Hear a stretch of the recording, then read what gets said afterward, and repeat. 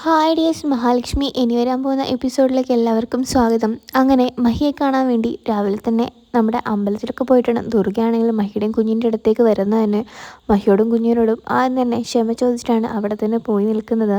രേഖയാണെങ്കിൽ ഇത് കണ്ടോടെ തന്നെ മഹിയോട് പറയുന്നുണ്ട്, ഇവരെ എന്തിനാണ് എപ്പോഴും ഇങ്ങോട്ടേക്ക് കയറ്റിവിടാൻ നീ ശ്രമിക്കുന്നത് മഹി? നിനക്ക് കിട്ടിയതൊന്നും പോരെ? ഇപ്പോൾ നിനക്കും കൂടെ പ്രശ്നം വന്നാൽ അതിൻ്റെ കുഞ്ഞിനെയും കൂടെ ബാധിക്കും. നീ എന്താണെന്നും മനസ്സിലാക്കാത്തത്? അങ്ങനെയൊക്കെ മഹിയോട് രേഖ സംസാരിക്കുന്നുണ്ട്. അപ്പോൾ രേഖയോടായിട്ട് ദുർഗ പറയുന്നുണ്ട്, തെറ്റ് ചെയ്യാത്തതായിട്ട് ഈ ലോകത്ത് ആരും തന്നെ ഇല്ല. തെറ്റ് പരിഗണിക്കുക എന്നതാണ് ഒരു മനുഷ്യൻ്റെ ഏറ്റവും വലിയ ഘടകമായിട്ട് നമ്മൾ കാണേണ്ടതെന്നൊക്കെ ദുർഗയാണെങ്കിൽ പറയുന്നുണ്ട്. ഞാനിപ്പോൾ ചെയ്ത തെറ്റിൽ ഞാൻ ഒരുപാട് പശ്ചാത്തപിക്കുന്നുണ്ട്. അങ്ങനെയല്ലേ മോളെ എനിക്കിപ്പോൾ ചെയ്യാൻ കഴിഞ്ഞു പോയ കാര്യങ്ങളൊന്നും മാറ്റിമറിക്കാൻ ആരെക്കൊണ്ടും സാധിക്കില്ലല്ലോ. നിങ്ങളെന്തായാലും എന്നോട് ക്ഷമിക്കണം എന്നൊക്കെ പറയുന്നുണ്ട് ദുർഗയാണെങ്കിൽ. അങ്ങനെ രേഖ പറയുന്നുണ്ട്, കുഞ്ഞിനെ എടുക്കാനൊന്നും തരില്ല എന്നൊക്കെ പറയുന്നുണ്ട്. അപ്പോൾ മഹിയാണെ പറയുന്നുണ്ട്, എന്താ രേഖ ഇങ്ങനെയൊക്കെ സംസാരിക്കുന്നത്? അമ്മയുടെ മാറ്റം നല്ലതിന് തന്നെയാണ് എനിക്ക് തോന്നുന്നത്. അതുകൊണ്ട് അമ്മയ്ക്ക് എന്തായാലും കുഞ്ഞിനെ കൊടുത്തേ മതിയാവുള്ളൂ. അമ്മ കുഞ്ഞിനെ എടുത്തോ, തലോലിച്ചോ എന്നൊക്കെ പറയുന്നുണ്ട്. അങ്ങനെ അമ്പലത്തിൽ നിന്ന് വന്ന പ്രസാദമൊക്കെ മഹിയുടെ നെറ്റിയിൽ തൊട്ട് കൊടുക്കുന്നുണ്ട് ദുർഗയാണെങ്കിൽ. ഇത് കണ്ടിട്ട് മഹിക്കാണെങ്കിൽ വളരെയധികം തന്നെ സന്തോഷമാവുന്നുണ്ട്. മഹി ആഗ്രഹിച്ച പോലത്തെ ഒരു അമ്മയെ തന്നെയാണ് ഇപ്പോൾ കിട്ടിയിരിക്കുന്നത്. അങ്ങനെ ചെയ്തു പോയ കാര്യങ്ങൾക്കൊക്കെ മഹി ക്ഷമിച്ചെന്നും അമ്മയോട് പറയുന്നുണ്ട്. ദുർഗയോടാണെങ്കിൽ ദുർഗ പറയുന്നുണ്ട്, എല്ലാ തെറ്റും ഒരു മനുഷ്യന് ഒരിക്കലും 2-3 പ്രാവശ്യമൊക്കെ പറ്റിപ്പോകും മോളെ. തെറ്റിയാത്തതായിട്ട് ആരുമില്ലല്ലോ. അതുകൊണ്ട് മോൾ എന്നെ വെറുക്കരുത്. ഞാൻ ഒരിക്കലും ഇനി മോളെ വേദനിപ്പിക്കുകയോ കുഞ്ഞിനെയോ കണ്ണനെയോ ആരെയും വേദനിപ്പിക്കില്ല. എല്ലാ കാര്യങ്ങളും എനിക്ക് മനസ്സിലായിട്ടുണ്ട്. ഞാനിപ്പോൾ അതിൽ ഒരുപാട് പശ്ചാത്തപിക്കുന്നുണ്ടെന്നൊക്കെ ദുർഗ പറയുന്നുണ്ട്.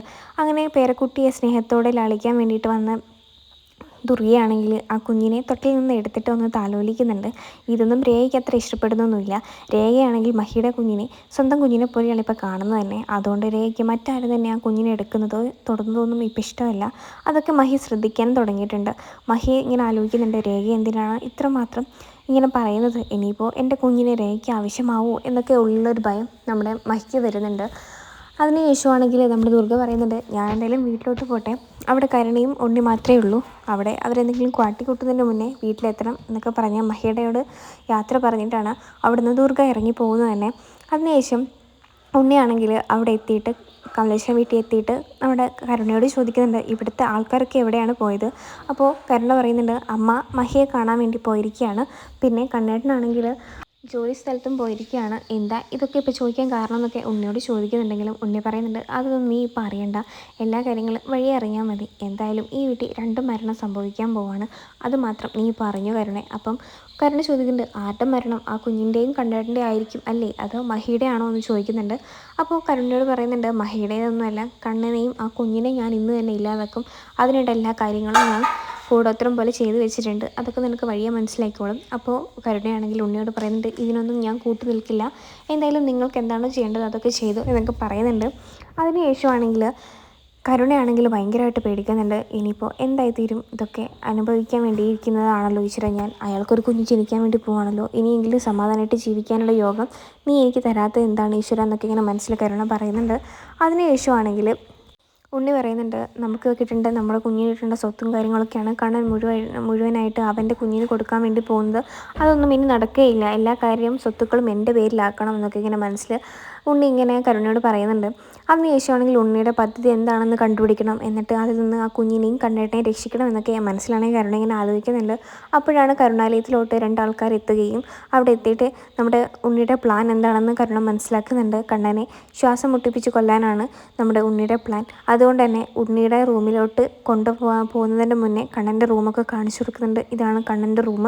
ഇവിടെ വെച്ചിട്ടാണ് എന്തെങ്കിലും ഒരു പദ്ധതി നമ്മൾ ചെയ്യേണ്ടത്. എന്തായാലും മരണം ആരും അറിയരുത്. കാരണം അയാൾ എങ്ങനെയാണ് മരിച്ചതെന്നും ആർക്കും അറിയാൻ കഴിയരുത് ഒരിക്കലും. അങ്ങനെയാണ് പദ്ധതി നടപ്പിലാക്കേണ്ടതെന്നൊക്കെ ആ വന്ന ആൾക്കാരോട് പറയുന്നുണ്ട് ഉണ്ണിയാണെങ്കിലും. അതിനുശേഷം അവരൊക്കെ ആദ്യം ആ ഗുണ്ടകളുടെ കണ്ണു പോയിരിക്കുന്നത് തന്നെ കണ്ണൻ്റെ മുറിയിലെ AC-യിലേക്കായിരുന്നു.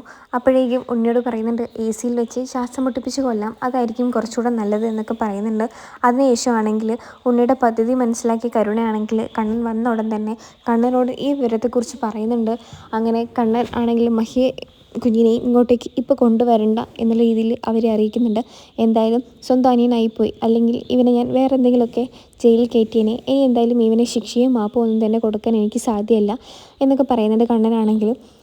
അതിനുശേഷമാണ് കണ്ണനാണെങ്കിൽ ആ റൂമിൽ CCTV വെച്ച കാര്യങ്ങളൊക്കെ എല്ലാവരെയും അറിയിക്കുന്നത്. ഈ റൂമിലും ഈ വീട്ടിലൊക്കെ CCTV ക്യാമറ ഉണ്ട്. അതുകൊണ്ട് നിങ്ങൾക്കാർക്കും എന്തെങ്കിലും ചെയ്യണമെന്നുണ്ടെങ്കിൽ ആദ്യം ആ CCTV ഇല്ലാതാക്കിയിട്ട് വേണം ചെയ്യാൻ. എന്തായാലും ഉണ്ണി ഇനി ഈ വീട്ടിൽ നിൽക്കാൻ പാടില്ല എന്നൊക്കെ പറഞ്ഞ് ഉണ്ണിയെ ചവിട്ടി പുറത്താക്കുന്നുണ്ട്.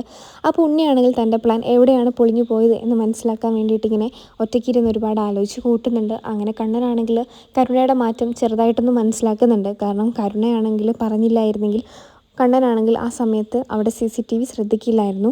അങ്ങനെ കരുണയാണെങ്കിൽ കുഞ്ഞിനോടും കണ്ണനോടൊക്കെ ചെറുതായിട്ടൊരു ഇഷ്ടമൊക്കെ കരുണയ്ക്ക് വന്നു തുടങ്ങിയിട്ടുണ്ട്. അങ്ങനെയാണ് ഈ ഒരു എപ്പിസോഡ് അവസാനിക്കുന്നത്.